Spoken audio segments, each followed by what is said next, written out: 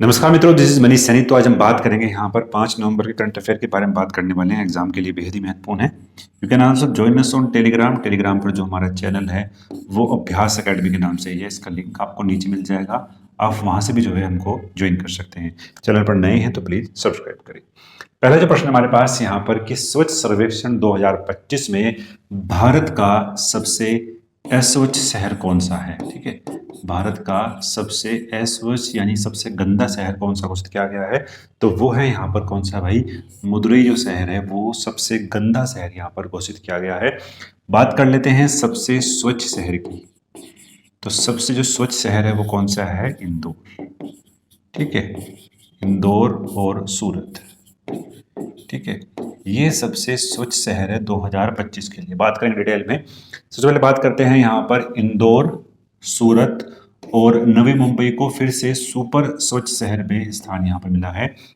इनका जो मॉडल है वो 3 ऐसे फैक्टर हैं जहाँ पर काम करता है।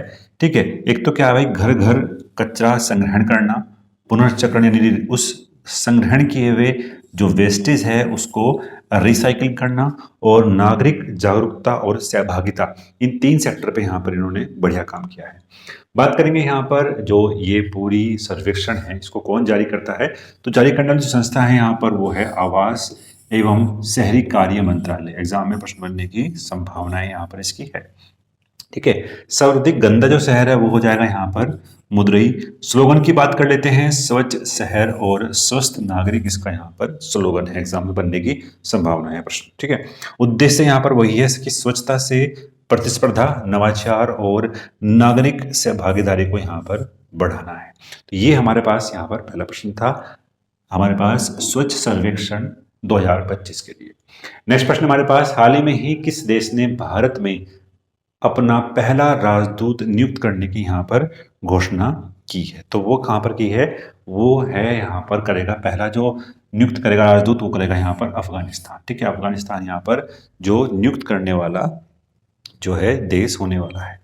ठीक है, 2021 में जब यूएस वहां से निकला और तालिबानी सरकार यहाँ पर आई थी अफगानिस्तान में, तो भारत ने जो है राजदूत यहाँ से अपने हटा लिए थे। तो केवल मानवीय जो सहायता है वो यहाँ पर प्रोवाइड कर रहा था। ठीक है, केवल अब भारत जो है मानवीय सहायता यहाँ पर प्रोवाइड कर रहा था। एक प्रश्न यहाँ पर बनता है कि तालिबान सरकार को मान्यता देने वाला, तालिबान सरकार को मान्यता देने वाला देश कौन सा है, तो वो है यहाँ पर रूस पहला देश बन चुका है। भारत ने अभी तालिबान सरकार को मान्यता नहीं दी है। केवल क्या है, भारत में अपना पहला राजदूत यहाँ पर नियुक्त करेगा अफगानिस्तान। ठीक है, अफगानिस्तान के अंदर भारत ने कई ऐसे काम किए हैं जो वहां पर वेलफेयर के लिए हैं। ठीक है, अगर हम बात करते हैं अफगानिस्तान में भारत ने कई सारे बांध भी बनाए हैं। ठीक है, और यहाँ पर जो संसद है उसका कुछ पार्ट यहाँ पर वो भी भारत ने बनाया है अफगानिस्तान के लिए। तो मानवीय सहायता यहाँ पर प्रोवाइड की जा रही है। ठीक है, तालिबान सरकार द्वारा नियुक्त पहला राजनयिक यहाँ पर होगा भारत के अंदर। कार्यवाहक जो विदेश मंत्री हैं आमिर खान मुस्ताकी की भारत यात्रा हुई थी अक्टूबर में, उसी के बाद ही यह सारा प्रोसेस यहाँ पर लिया गया है। ठीक है, मानवीय सहयोग जारी रहेगा परंतु कोई औपचारिक राजनीतिक मान्यता भारत ने नहीं दी। नेक्स्ट प्रश्न की बात करते हैं। नेक्स्ट प्रश्न हमारे पास यहाँ पर, हाल ही में ही एसबीआई ने अपने कर्मचारियों की प्रतिभा को सम्मानित करने के लिए कौन सा नया पुरस्कार यहाँ पर शुरू किया है, तो वो पुरस्कार है यहाँ पर SBI excellence, sorry SBI star पुरस्कार हो जाएगा। इसका बी जो है आपके पास आंसर हो जाएगा एसबीआई स्टार पुरस्कार। ठीक है, एसबीआई स्टार पुरस्कार, तो बी जो है राइट आंसर है। बात करेंगे डिटेल में। इसका जो स्टार है यानी स्टाफ टैलेंट एक्नॉलेजमेंट रिकॉग्निशन, तो यहाँ पर जो एसबीआई ने जितने भी एसबीआई के कर्मचारी हैं अगर वो अपने पास एक विशेष प्रतिभा को रखते हैं तो उनके लिए यहाँ पर चयन उनको सम्मानित करेगा एसबीआई। ठीक है, लगभग यहाँ पर 2.5 लाख से अधिक जो एसबीआई कर्मचारी हैं वो इसके अंदर जो है अभी अपना नॉमिनेशन कर सकते हैं। नॉमिनेशन का जो होगा वो उनको खुद करना होगा और उसके बाद एक मूल्यांकन टीम गठित होगी और वो यहाँ पर पुरस्कारों का चयन करेगी। ठीक है, अब हम बात कर रहे हैं कौन कौन से टैलेंट यहाँ पर जो एसबीआई कर्मचारी हैं उनके अंदर होने चाहिए। तो एक तो है हमारे पास यहाँ पर कला, खेल, संस्कृति, सामाजिक और पर्यावरणीय पहल, ये ऐसे क्राइटेरिया यहाँ पर रखे हैं। तो जब अगर आप एसबीआई में कार्यरत हैं तो ये आपके लिए एक अपॉर्चुनिटी यहाँ पर बनती है पुरस्कार पाने के लिए। नेक्स्ट प्रश्न हमारे पास कि हाल ही में ही भारत ने 5 वर्ष की रोक के बाद किस देश से आयात के लिए यहाँ पर मंजूरी फिर से शुरू करने का निर्णय लिया है। तो वो है यहाँ पर चीन। ठीक है, चीन के साथ जो है हमारे जो संबंध है 2020 में जो है थोड़े खराब हो चुके थे, जब जो चीन ने गोलान घाटी में जो है एक हस्तक्षेप किया था। तो उसके बाद जो है हमने पूरे तरीके से आयात पर प्रतिबंध लगा दिया था। लेकिन 2020 में ये सब कुछ हुआ, 2025 में जो है हमने अब दोबारा सब कुछ यहाँ पर सही तरीके से मैनेज करने का प्रयास किया है। इसके पीछे कई कारण हैं। ठीक है, इसके पीछे कई कारण हैं, जैसे कि हम बात करते हैं जीएसटी कटौती यहाँ पर की है तो उससे एक नई बाजार, नई अपॉर्चुनिटी यहाँ पर जो है वो मिली है। ठीक है, उसका हमें फायदा उठाना है और साथ साथ जो है इसका जो उद्देश्य है उन उद्योगों में आपूर्ति सुनिश्चित करना है जहां भंडार की कमी देखी जा रही है। ठीक है, और जीएसटी कटौती के बाद जो है उपभोक्ता बाजार में आई तेजी का यहाँ पर लाभ उठाने वाले हैं। लेकिन कुछ सेक्टर यहाँ पर ऐसे हैं जो यहाँ पर निगरानी के तौर पर सरकार ने रखे हैं। वो है यहाँ पर कौन से, एक तो हो जाएगा यहाँ पर हमारे पास दूरसंचार और रणनीतिक इलेक्ट्रॉनिक उपकरणों पर कड़ी निगरानी यहाँ पर रखी जाए है, और जो डुअल यूज वाली तकनीकी है उन पर नियंत्रण यहाँ पर रखा गया है। तो ये काफी महत्वपूर्ण था, एग्जाम में प्रश्न बनने की यहाँ से संभावनाएं जो हैं वो हो सकती हैं। नेक्स्ट प्रश्न हमारे पास नेक्स्ट है कि हाल ही में ही भारत रत्न डॉक्टर भूपेन हजारिका राष्ट्रीय पुरस्कार 2025 का आयोजन कहां पर किया गया है। तो इसका आयोजन है वो किया गया था कहां पर, गुवाहाटी असम के अंदर। जो सी जो है वो राइट आंसर हो जाएगा। और जो देने वाली संस्था है इसकी वो है सरहद पुणे। ठीक है, सरहद पुणे के अंदर एक संस्था है, वो इसकी क्या हो जाएगी, आयोजक संस्था हो जाएगी। इस पुरस्कार का जो नाम है वो भारत रत्न डॉक्टर भूपेन हजारिका के लिए रखा गया है। और प्रदाता जो है यहाँ पर वो केंद्रीय मंत्री ज्योतिराम सिंधिया जो है वो यहाँ पर हैं। ठीक है, 6 ऐसे स्टेट हैं जो ये पुरस्कार से को नवाजा गया है। अरुणाचल प्रदेश है, मणिपुर है, असम है, मिजोरम है और मेघालय। इन कुल मिलाकर जो हैं ये पुरस्कार यहाँ पर दिए गए हैं। एग्जाम के लिए काफी महत्वपूर्ण था। ठीक है, अब देख लेते हैं कौन कौन से पुरस्कार यहाँ पर, किस किस को पुरस्कार यहाँ पर दिए गए हैं, तो वो देख लेते हैं एक बार। तो सबसे पहले हमारे पास यहाँ पर ये से दोरजी थोंगची जो कहाँ के रहने वाले हैं, अरुणाचल प्रदेश के रहने वाले हैं। लोक कथाओं और समकालीन विषयों को जोड़ने वाले प्रख्यात लेखक हैं। ठीक है, नेक्स्ट हमारे पास यहाँ पर लेसराम मेगा कहाँ के हैं, मणिपुर के हैं। मणिपुरी भाषा और परंपराओं की संरक्षणकर्ता के लिए प्रमुख रूप से इन्होंने काम किया है। नेक्स्ट हमारे पास यहाँ पर रजनी बासुमतारी असम की हैं। महिलाओं के मुद्दे और ग्रामीण जीवन पर केंद्रित प्रसिद्ध अभिनेत्री और फिल्मकार है। तो बहुत ही महत्वपूर्ण है, एग्जाम में प्रश्न बनने की यहाँ से संभावनाएं हैं। LR शैलो मिजोरम साहित्य को बढ़ावा देने वाले लेखक और अनुवादक हैं। और डॉक्टर सूर्यकांत हजारिका असम के हैं। तो बहुत ही महत्वपूर्ण हो जाएगा, असम के साहित्यकार विकास पर विस्तृत शोध करने वाले विद्वान और सांस्कृतिक इतिहासकार हैं। ठीक है, नेक्स्ट है हमारे पास यहाँ पर मेघालय के प्रोफेसर डेविड R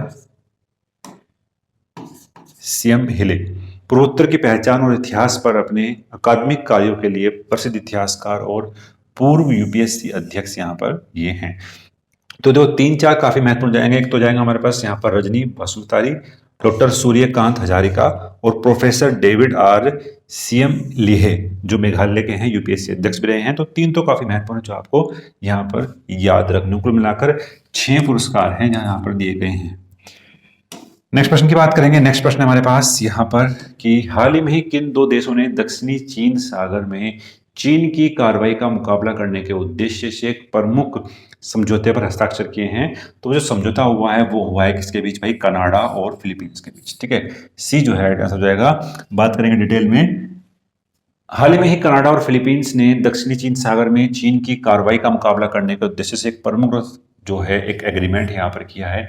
यह समझौता जो है वो कहलाएगा status of visiting forest agreement. ठीक है, एग्जाम के लिए महत्वपूर्ण है, यानी सोफा, जिसका उद्देश्य दोनों देशों के बीच एक संयुक्त सैन्य अभ्यास, सुरक्षा सहयोग और जानकारी साझा करने की क्षमता को बढ़ाना है। ठीक है, अगर मैं बात करता हूं जो ये पूरा जो समझौता हुआ है, ये कहीं ना कहीं चाइना को कंट्रोल करने के लिए किया गया है। ठीक है, चाइना को कंट्रोल करने के लिए दक्षिण चीन सागर में ये यहाँ पर कंट्रोल किया गया है कनाडा और फिलीपींस के बीच। ठीक है, जो क्वाड है उसकी संस्था की जो स्थापना की गई वो भी दक्षिण चीन सागर के लिए की गई, आपको पता होगा। नेक्स्ट हमारे पास यहाँ पर भारत का पहला प्राइवेट कमर्शियल सैटेलाइट का लॉन्च या प्रक्षेपण जनवरी 2026 में किस कंपनी के द्वारा किया गया है? तो वो किया गया है यहाँ पर किसके द्वारा? स्काई रूट एरोस्पेस के द्वारा यहाँ पर भारत का पहला प्राइवेट कमर्शियल सैटेलाइट लॉन्च किया गया है। और ये कब किया जाएगा भाई? जनवरी 2026 में इसको किए जाने की यहाँ पर कवायद शुरू हो चुकी है। बात करेंगे डिटेल में। यह प्रक्षेपण स्काई रूट को अंतरिक्ष भारतीय जो संस्थान है अंतरिक्ष अनुसंधान संगठन यानी इसरो के बाद ऐसा कार्य करने वाली एकमात्र, ठीक है, एकमात्र भारतीय संस्था बन जाएगी जिसने सैटेलाइट ले जाने वाले रॉकेट का सफलतापूर्वक यहाँ पर अंतरिक्ष में जो है वो लगाया है। स्काई रूट एरोस्पेस नवंबर 2022 में विक्रम एस ऑर्बिटल मिशन के साथ रॉकेट प्रक्षेपण करने वाली भारत की पहली निजी कंपनी भी यहाँ पर बनी थी। ठीक है, और जिसने भारत में अंतरिक्ष निजीकरण प्रयासों के लिए एक ऐतिहासिक मोड़ यहाँ पर दर्ज किया था। तो काफी महत्वपूर्ण एग्जाम में प्रश्न बनने की यहाँ से संभावनाएं हो सकती है। ठीक है, नेक्स्ट हमारे पास यहाँ पर कि हाल ही में ही यूक्रेन को किस देश सहित पश्चिमी सहयोगियों से अतिरिक्त पेट्रियट वायु रक्षा प्रणाली प्राप्त हुई है ताकि रूसी मिसाइल और ड्रोनों को यहाँ पर मुकाबला किया जा सके। तो यहाँ पर जो पेट्रियट वायु रक्षा प्रणाली प्रोवाइड दी है वो दी है किसने भाई? जर्मनी ने। ठीक है, जर्मनी दी है। और अगर हम बात करते हैं रूस की जो है, इसी तरीके की रूस की S-400 भी है, S-500 भी है। S-400 का यूज जो है वो इंडिया भी कर रहा है। ठीक है, इंडिया के लिए इसका हो जाएगा आकाश रक्षा प्रणाली। ठीक है, तो ये काफी महत्वपूर्ण जाएगा भारत के। देखते हैं इसको एक बार। इसका जो फुल नेम हो जाएगा यहाँ पर वो हो जाएगा past area tracking radar for interrupted on target, जिसे रेथियोन टेक्नोलॉजी ने विकसित किया है। और यह जो पेटेंट प्रणाली है ये कुल मिलाकर अब तक जो है 16 ऐसे कंट्री हैं जो इसका यहाँ पर यूज कर रहे हैं। ठीक है, 16 ऐसे कंट्री हैं जो इसका यहाँ पर यूज कर रहे हैं, जिनमें जर्मनी, जापान, इजराइल, दक्षिण कोरिया, सऊदी अरब और यहाँ पर पोलैंड भी इसमें शामिल हैं।